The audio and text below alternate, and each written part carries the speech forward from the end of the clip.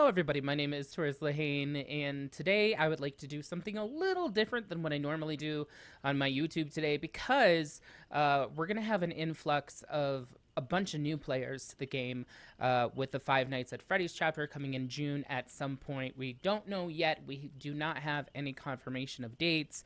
However, the PTB should be at some point this month or at the very latest the beginning of next month in June, and then Five Nights at Freddy's. The chapter should officially drop on all platforms. I would be wagering a guess like mid-June to late June at the very latest, because that's usually how the chapters go. They go every 3 months. And June is obviously the 6th month in the year. So because of that, and I have over 11,000 hours in Dead by Daylight. I just calculated them yesterday, recalculated them, yes, since I haven't done that in over a year. And it's very interesting, honestly. I've been playing this game since 2017, and I think the longest break that I've ever taken was about 9 to 10 days, and that was when I went on vacation and I forgot my Nintendo Switch, but I've got the majority of my hours on PC. And so because, again, we have so many new players that are going to be coming into the game, I really wanted to put a video out there where people could kind of learn. Now, I'm no Otstarva, and I'm no Fun Goose, and I'm no drop in the name of another, teacher in the DbD world, Tofu, kind of. He would never say that he was, but he definitely is to an extent. They all have fantastic knowledge of the game, and they know how to play very well, and I think that's going to be more and more important as time goes on. So I am going to be playing Kate Denson today. I am not currently playing Kate Denson on my streams on Twitch, which is mostly where I do the majority of my content. But a YouTube video I thought would be a lot better in regard to people learning, because they can watch it a lot easier over and over again. And I think more people like YouTube anyway for that. So the biggest reason why I'm choosing Kate is because, in my opinion, Windows of Opportunity is a fantastic perk for a newbie. Now, don't get me wrong. There are plenty of people who've been playing this game as long as I have and still run this perk. And there's nothing wrong with that. But especially as a newbie coming into this game, this perk is fantastic. So I will go ahead and read what it does, and then I'll kind of tell you why it's so great. Because again, this is mostly for new people that have no idea what's going on in this game. And as somebody who has over 11,000 hours, mostly on Killer, I can kind of give you some input. Again, I'm not the best, but I'm certainly not the worst to give this kind of advice, in my opinion. So we have Windows of Opportunity, which is a Kate Denson teachable, and teachables can only be unlocked from leveling a killer all the way up to 3. You have to prestige them 3 times. So what that means is you have to put in blood points in the survivor 300 times, essentially, to get all the perks up to tier 3 and to unlock them for your specific character, but it also unlocks them for all the other characters as well. And it's a much better, it sounds like a lot, but it's a much better system than what we had about 2.5-3 years ago. It was much harder to get all the perks on everybody else, and I'm not going to even go over that because there's no point. But it is easier than it sounds. But a lot of people will tell you it's harder than what it sounds. Anyway, Windows of Opportunity unlocks potential in one's aura reading ability, whereas a palette's breakable walls and vault locations are revealed to you within a 32-meter range. So the reason why this is so important, you can read the rest of the subtext there. That's just a quote from Kate Denson. It's really not that important in regards to gameplay. It just adds character personality, which is important when you're picking your character of what you would like to play in DbD. Now, a fun note also with survivors is that they are all the same. Cosmetically, they are different, and they have different lore, they have different names, etc., but they all work and operate the same. Their strength is in what perks you choose to run. items, add-ons, and offerings also help in your abilities and power and other kind of stuff. So anyway, windows of opportunity, I'll read it again since I yammered on a bit.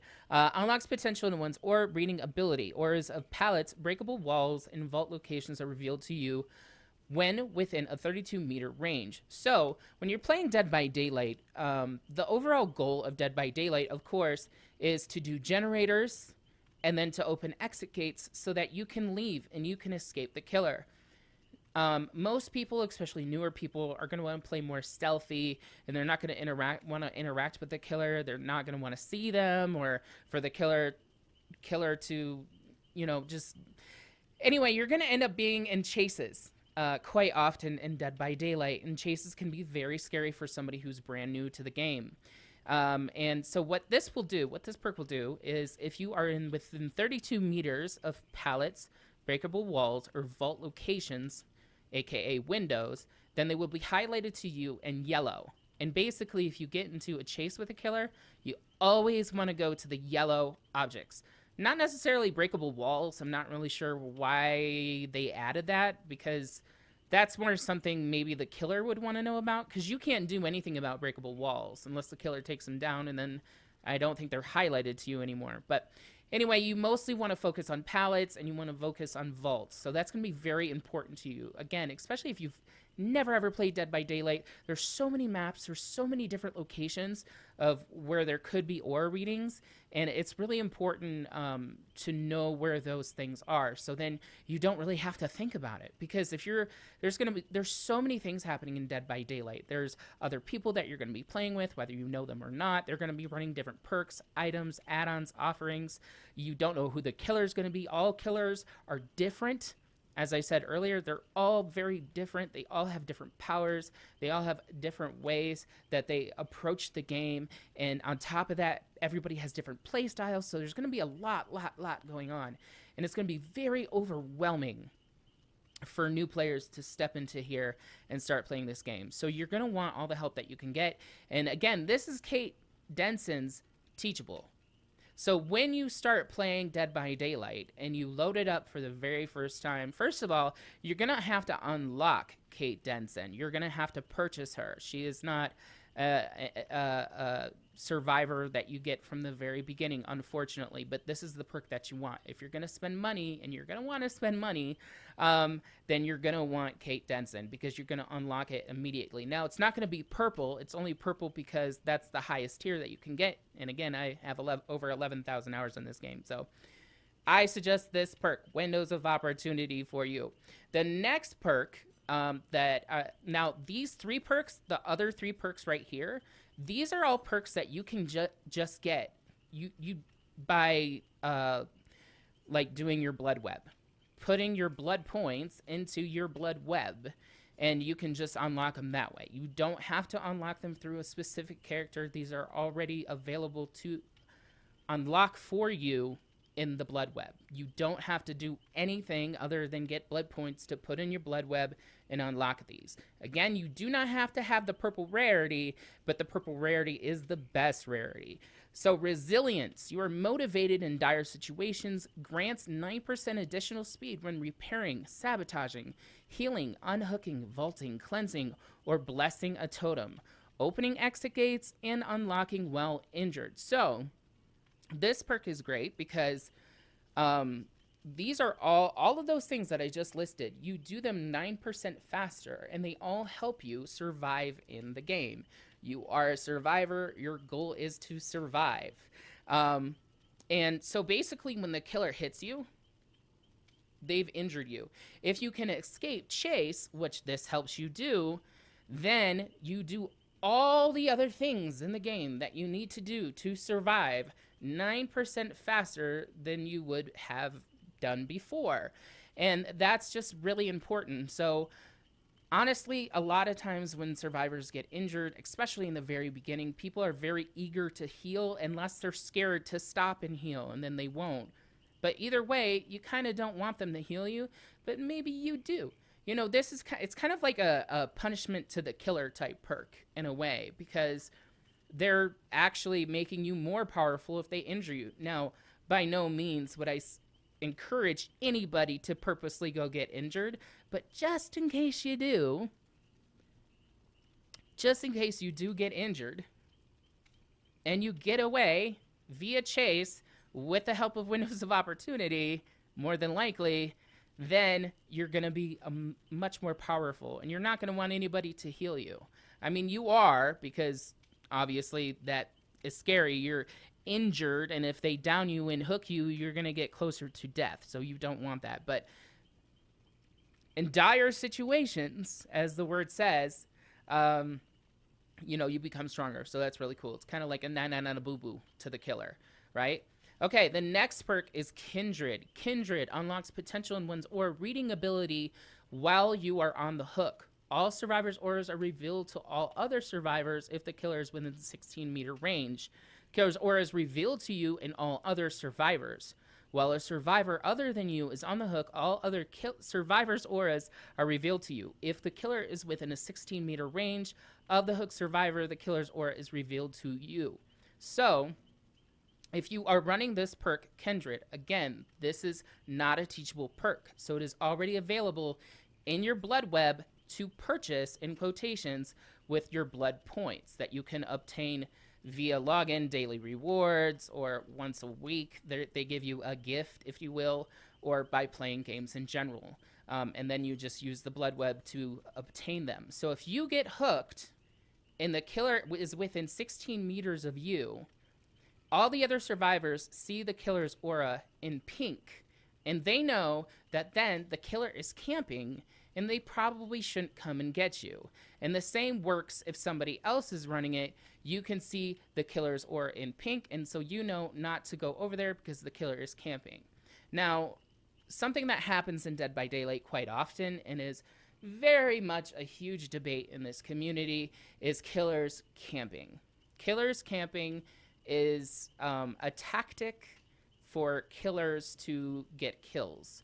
And really, it's actually kind of funny, in my opinion, because you see people, usually the killers who camp are the killers who are either very new to the game or very experienced. The in-betweeners usually don't. For whatever reason, I'm not sure, but they don't. The game is based on skill-based matchmaking, so when you first are playing DbD, the first 100 hours, you're definitely, no matter how good or bad you are in regards to escaping or not escaping, you're probably going to encounter a lot of campers. So many campers. Camping, tunneling, slugging. Now, some of them do this right at the beginning of the game. Some of them do it right at the end of the game. I'm someone that tries to approach it in a logical way. If I'm playing killer, basically, there are 5 generators that need to be completed, but there are 7 generators on the map in total. So in my opinion, the survivors doing like 2 gens is fine. I don't have a problem with that. And that means that there's going to be 3 generators left, obviously. So the game is still technically in my favor because there's more gens, right? But once the survivors do 3 gens, I begin camping, tunneling, and slugging. Mostly tunneling, I would say. I find slugging to be extremely boring. Killer, survivor side, both. And camping is also pretty freaking boring, you know, but some killers just want to secure that kill because winning means a lot to them. And that's just the way it is. So anyway, to kind of bring it back, I like to run Kindred because if I'm doing a generator and one of my teammates gets hooked by the killer, and then I see the killer's aura in pink, I know I should not waste my time going to save that survivor. Yes, it sucks if they're your friend, or even if you don't know them, you're just playing along. You want to save them, you want to help them, but don't. Do generators. And if they have any logical brain in regards to the game, they're going to tell you to do generators as well. And I just think that's relatively smart to just do generators. You don't want to risk going to unhooking a survivor when you could just get downed yourself, and then you're basically helping the killer snowball, you know, which means getting a down again, and hooking survivors again, and before you know it, the game is over. Because there are some killers in Dead by Daylight who are one-shots. They can get you down in one shot, especially a killer like the Hillbilly, Oni, Leatherface. There's a couple different ones in here that can just one shot you. And if they're camping and you run to save your survivor friend, but they can get that one shot ready before you save them, you're just going to basically be helping the killer. So again, if I'm on the hook, or I'm sorry, if I'm doing a gen or I'm doing something else and a survivor goes on the hook, but I see the killer's pink aura, I'm not going to go over there, save them. Good luck, have fun, you know, is basically how it is. So again, Kindred is amazing. It's very much about aura reading for these two specifically. This is 32 meters, but this is 16 meters. This is going to help you in chases. This is going to help you so that you don't accidentally help the killer snowball to get all the other survivors on hooks, and then the game's over before you know it. And then this is going to help if you somehow escape the killer using this, and you're going to be a lot stronger and a lot better teammate while you're injured. And I know it sounds like, oh, I don't want to be injured, but just in case you are, because some people are going to be really wanting to heal you, and sometimes people are just going to leave you be, and maybe you want them to leave you be, because you really gotta think about it real smart when you're doing these things. Because like, if there's one gen left but you're injured, don't go heal, go work on the gen. You're 9% better at working on the gen, you know, like, unless the killer's close to you, and then obviously run away and then hopefully get healed in that moment. But, you know, unless you really need to, try to just be injured and do things much better. Okay, and last but not least, trying to keep it short, but it's a little difficult. Deja Vu. Deja Vu is a perk that I personally love to run. Currently, this is my guilty pleasure perk. You'll have a couple of those throughout the years. I've had so many. But Deja Vu, the auras of 3 generators which are in close proximity to one another are revealed to you. Gain a 6% repair speed bonus on the revealed generators. So another problem in this game outside of killers camping is killers forcing what's called a 3-gen. So this highlights the 3 generators that are closest to each other. And when you go and work on one of those generators, you get a 6% bonus speed increase when repairing a generator. Now remember, if you're injured, it stacks with the 9% that you would get from resilience. So if you're injured and then you're also working on a generator with Deja Vu, that's going to stack. That's going to stack, and that's going to be absolutely insane progress on that generator, because at the base, generators take 90 seconds. And contrary to popular belief, the more people that you have on a generator, the slower the progress is. But if you're by yourself working on a generator and you have Deja Vu and you have resilience, that's going to be amazing. That gen's going to get done pretty quickly. The generators are going to be highlighted in red, and you want to go to these. So if you, for some reason, end up 3-genning. Now, killer can force this, but also survivors, if they're not running this perk or they're not really paying attention to the way that the gens are on the map, you're going to accidentally 3-gen yourself. And the biggest problem with 3-genning is that the killer can basically just turn a 15 to 20 minute game into like a 40-60 minute game, because they're going to make it so, like, the gens are going to be so close to each other that you're not going to be able to finish them, because the killer is just going to continuously break them and damage them and wreck them and that sort of thing. And they also have perks that are going to make them regress, and you don't want that. So it's best to, if everybody is running this perk, you're never going to have a 3-gen problem. Ever. You won't.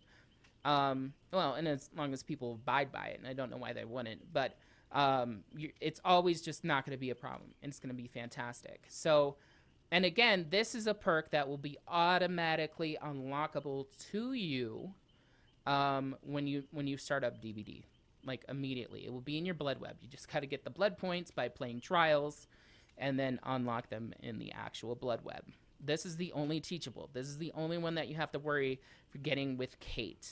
And again, it's available to you at the very beginning. You just have to get Kate, and it's only playable on her, and you can level it up over time, because each perk has 3 tiers to it. So just to run it through again, you have windows of opportunity. This is going to help you see pallets highlighted in yellow, or vaults highlighted in yellow, which is going to help you fantastically in chase, because you're not going to understand where things are in the game that are going to help you in the chase. Because unlike a lot of online asymmetrical multiplayer horror games, this one you can't really fight the killer. There's no axes or bats or lead pipes or anything like that. You really just have to learn how to utilize the environment around you. And so Windows of Opportunity is really going to help you with that. And then even once you have hundreds upon thousands of hours in the game, it's still a great perk to run, especially if you're going to a brand new map, because it will highlight all that stuff for you. And it's just fantastic. You basically can no-brain it. Well, once you get up into hundreds and thousands of hours. But at the very beginning, you're still going to want to plan accordingly, because when you throw down a pallet, the killer can break it, and then you have to go to the next pallet or to the next vault. So you still have to kind of plan it out, but it's going to be made a lot easier for you if you run this type of perk. Then we have resilience, and again, resilience helps you. It increases everything by 9% once you're injured. Do you want to be injured? No, but it's more than likely going to happen more than a few times while you're playing this game. And so if you're going to be injured, you might as well have something that's going to help you. 9%. It helps with everything. It's fantastic. And then Kindred, again, this is to basically help your teammates. This is like the long game, the long con, if you will, or as some people might call it, there's macro gaming. There we go. That's the big picture gaming. You're going to hear that a lot from people that have a lot of knowledge about this game, is micro gaming and macro gaming. And this is macro because you're helping the killer not snowball. Basically, you're staying away from the hook. Yes, the survivor will probably die if the killer decides to camp, but it's better than allowing the killer to get 1 hook, 2 hook, 3 hooks, 4 hooks, and then the game's just all over. And that can happen with no generators being done, and then it's just like you wasted your entire time. So this is very helpful with staying out of trouble, basically.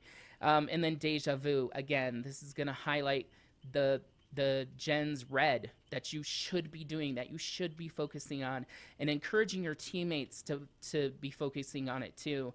It's going to be a lot better to play with friends in the beginning, but honestly, don't hesitate to be solo queue. You're also going to hear a lot of people complaining about solo queue. Solo queue is so difficult. Solo queue is so bad, blah, blah, blah, blah, blah. But as somebody who's been playing this game for over 11,000 hours, since December of 2017, I actually feel like I have better matches when I play solo. But I think it has nothing to do with my teammates. I think it's more, if I know you, then I feel inclined to save you.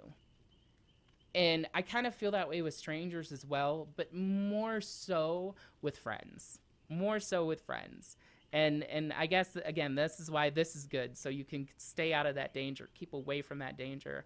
But, to each their own. Everybody has a different play style, and that's okay too. Everybody has different knowledge, and that's okay too. And, yeah, so I was planning to show off these perks real quick. That didn't happen. But I feel like this game has been going on for so long, and it's too complicated to just kind of give you the basics.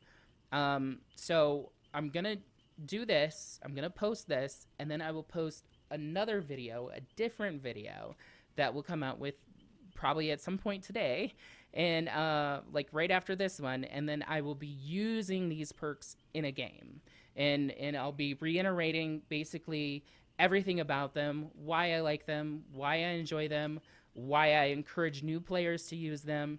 And then that way, you get a little bit of both. You get the explanation, you get a little preview here, and then you can see me in the game, because otherwise I feel like it's a bit overwhelming. Yes, the video's long, but I don't want it to be painfully long. So this is kind of like just showing you, and then I will give you the example in action. And I guess that's it. So I am going to end the video here. But like I said, I will be playing around in a different video so that y'all can see this all in action No matter if I win, lose, or draw, trust me, believe the process, and ultimately believe in yourself, and you do you, boo boo. Bye bye.